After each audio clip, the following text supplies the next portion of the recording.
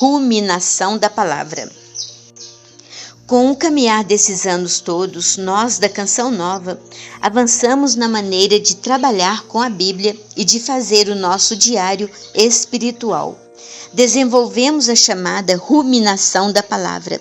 Esse é um método bom para aqueles que já têm uma boa caminhada na seara da palavra de Deus, especialmente aqueles que fizeram o método básico do diário espiritual. Esse passo à frente é bom, é saudável, leva ao crescimento e ao aprofundamento na palavra. É uma opção a mais de trabalho. Dessa forma, você pode recorrer a uma outra forma de trabalho como e quando quiser. A palavra ruminação se adapta bem a esse método. Tal qual os bovinos, nós comemos sim a palavra de Deus, mas logo em seguida paramos e começamos a ruminar o conteúdo engolido. É um momento chave, é a condição necessária à boa digestão e assimilação. O método tem 5 etapas ou movimentos: ler, saborear, orar, contemplar e escrever. 1. Ler. Nós escutamos a palavra de Deus. É a hora de engolir. É uma leitura bem ativa. A gente lê com lápis ou caneta na mão, sublinhando e ressaltando elementos-chave, verbos, sujeitos ativos, ações, atitudes, pensamentos, a situação, os motivos das ações. Mais do que ler, o que a gente faz é reler várias vezes, fazendo com a caneta todas essas anotações. A gente pode recorrer a outras traduções que ajudem a esclarecer. Podemos fazer uso de introduções, explicações e notas com as quais as nossas Bíblias hoje são abundantes. Podemos comparar com passagens paralelas que em geral aparecem à margem da página da Bíblia, logo depois dos títulos ou no rodapé da página. É o primeiro estágio do mastigar e engolir. Vamos prestando atenção aos vários pontos indicados, deixando-nos levar de uns para outros a partir do seu próprio movimento interior. Isso leva de modo natural a um surpreendente entendimento. É a luz que se faz interior.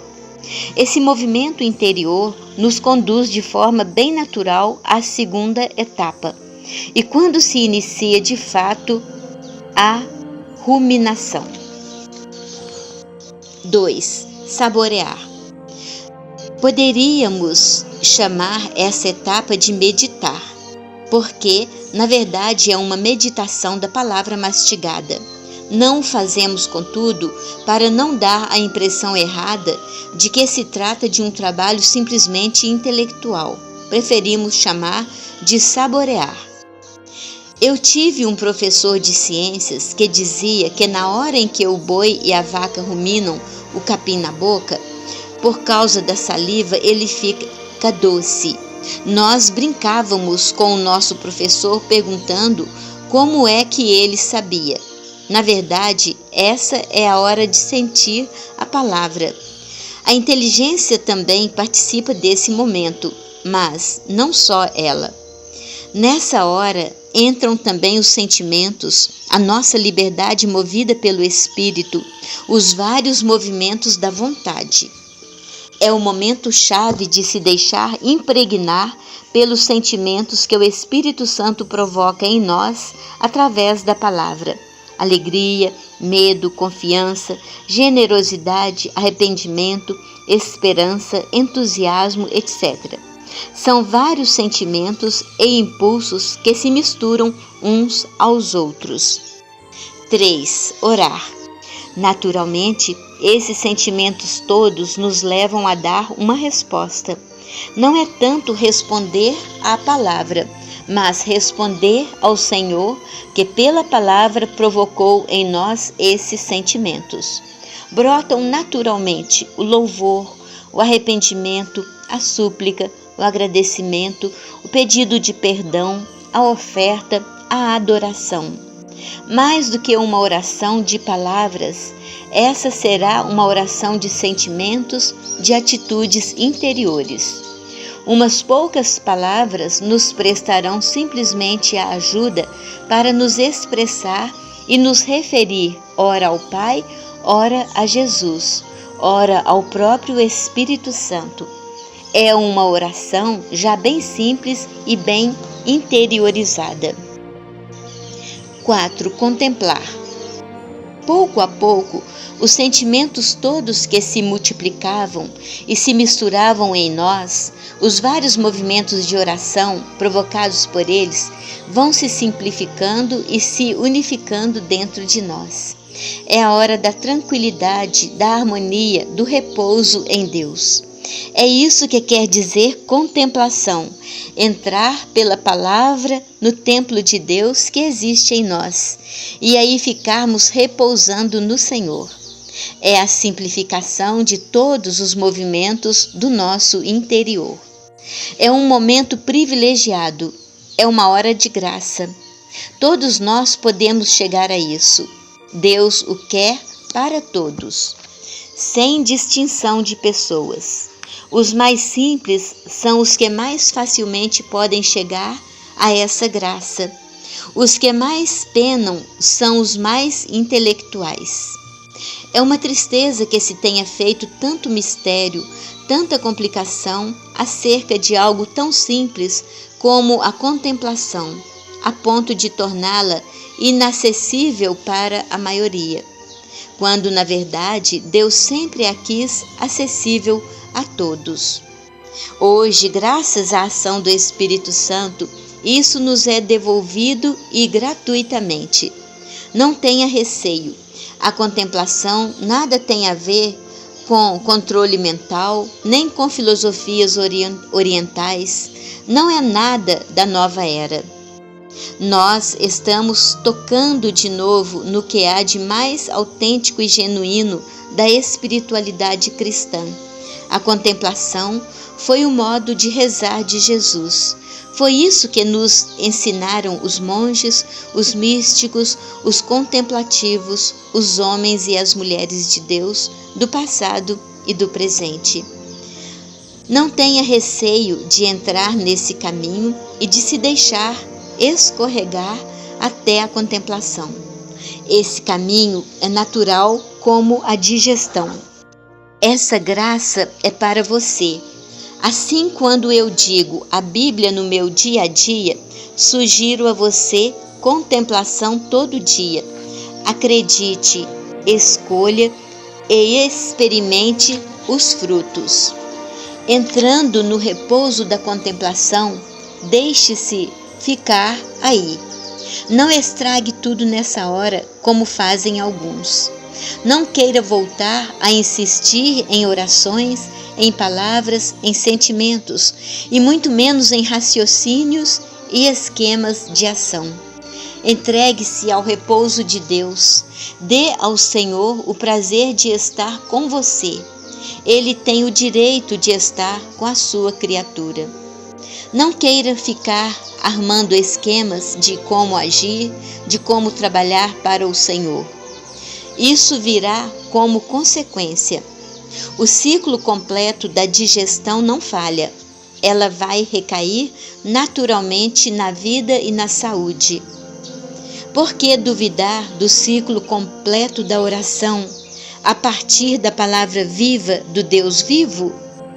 As nossas pressas, a nossa mania de ação e trabalho, a nossa precipitação são atitudes que atrapalham tudo e nos fazem interromper o ciclo antes que ele chegue ao fim.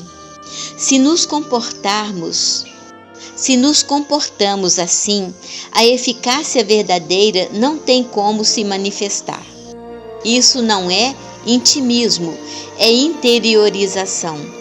É uma oração que chega até a sua meta. Ela fecunda a ação. Ela gera a eficácia em Deus. Seja simples, seja humilde, vá até a contemplação. 5. Escrever. O ponto de chegada é a contemplação. Contudo, depois que a rede estiver cheia de peixes, não podemos deixar que escapem e vão embora. Apesar do gozo espiritual que lhe traz a contemplação, ponha-se a escrever. É o seu diário espiritual, feito agora de maneira diferente e certamente muito proveitosa. Não é questão de escrever muito, nem é o momento de narrar ou descrever o que se passou. Agora é hora de simplesmente registrar. O que Deus me falou? O que realizou em mim? O que Ele deixou depositado em meu interior? Isso tudo é muito precioso, não se pode perder. Você pode registrar também o que, a partir desta palavra, Deus diz hoje de mim. O que Ele diz para mim. Você recolhe o conteúdo depositado em você dos dois lados, o que diz de mim e o que diz para mim. Não estou fazendo um simples jogo de palavras. São duas maneiras de focalizar. Não é difícil diferenciar. Vejamos, primeiro, o que Deus diz de mim? O que eu sou, quem Ele me criou, as qualidades que Ele mesmo me deu e quer que eu assuma e cultive. A minha vocação e missão, o trabalho específico para o qual Ele me capacitou, os dons naturais que Ele me deu e os carismas do Espírito Santo com que Ele me dotou por pura graça. Segundo, o que Ele diz para mim. O que Ele quer de mim, o que Ele quer que eu seja, quer que eu realize. Que atitudes Ele quer que eu tome, o que Ele quer que eu cultive. Por quais caminhos Ele quer que eu vá, que rumos Ele me indica, que mudanças Ele quer que eu assuma, o que Ele quer transformar em mim. Convenhamos, não é nada complicado. Eu apresentei tudo isso apenas para você perceber a diferença e medir a amplitude do que Deus pode estar falando a você. Meu diário espiritual. Primeiro, o que Deus me falou? O que Ele realizou em mim? O que Ele deixou depositado em meu interior? Segundo, a partir desta palavra hoje, o que Deus diz de mim? O que Ele diz para mim? Esse é um trabalho que exige mais? Sim, ele exige mais tempo, mais dedicação, mais interiorização. Não é um trabalho para iniciantes, mas, graças a Deus, já é o trabalho para muita gente. Não deixe de dar esse passo à frente se você já estiver preparado. Esse trabalho exige mais tempo e dedicação até o fim. Meu pai era um Habib. Ele trazia toda aquela boa tradição familiar dos libaneses. Para ele, sentar-se à mesa e fazer uma refeição constituía em si um ritual, a começar pela colocação da toalha. Era uma verdadeira liturgia familiar. Ele dizia: se você não tem tempo nem paciência, faça o prato e coma. Mas, se é para sentar-se à mesa para almoçar ou jantar, é preciso fazer as coisas bem feitas e até o fim. Eu digo a mesma coisa para você com relação à ruminação da palavra. Se você tem pouco tempo, alimente-se da palavra. Agora, você já sabe bem o que fazer para se alimentar. Mas se você quer ir a fundo na graça que Deus lhe dá na ruminação da palavra, então faça as coisas bem feitas até o fim. A ruminação da palavra é a medida perfeita para certos momentos-chave, para dias de retiro, deserto, revisão, em horas de discernimento, diante de escolhas e decisões.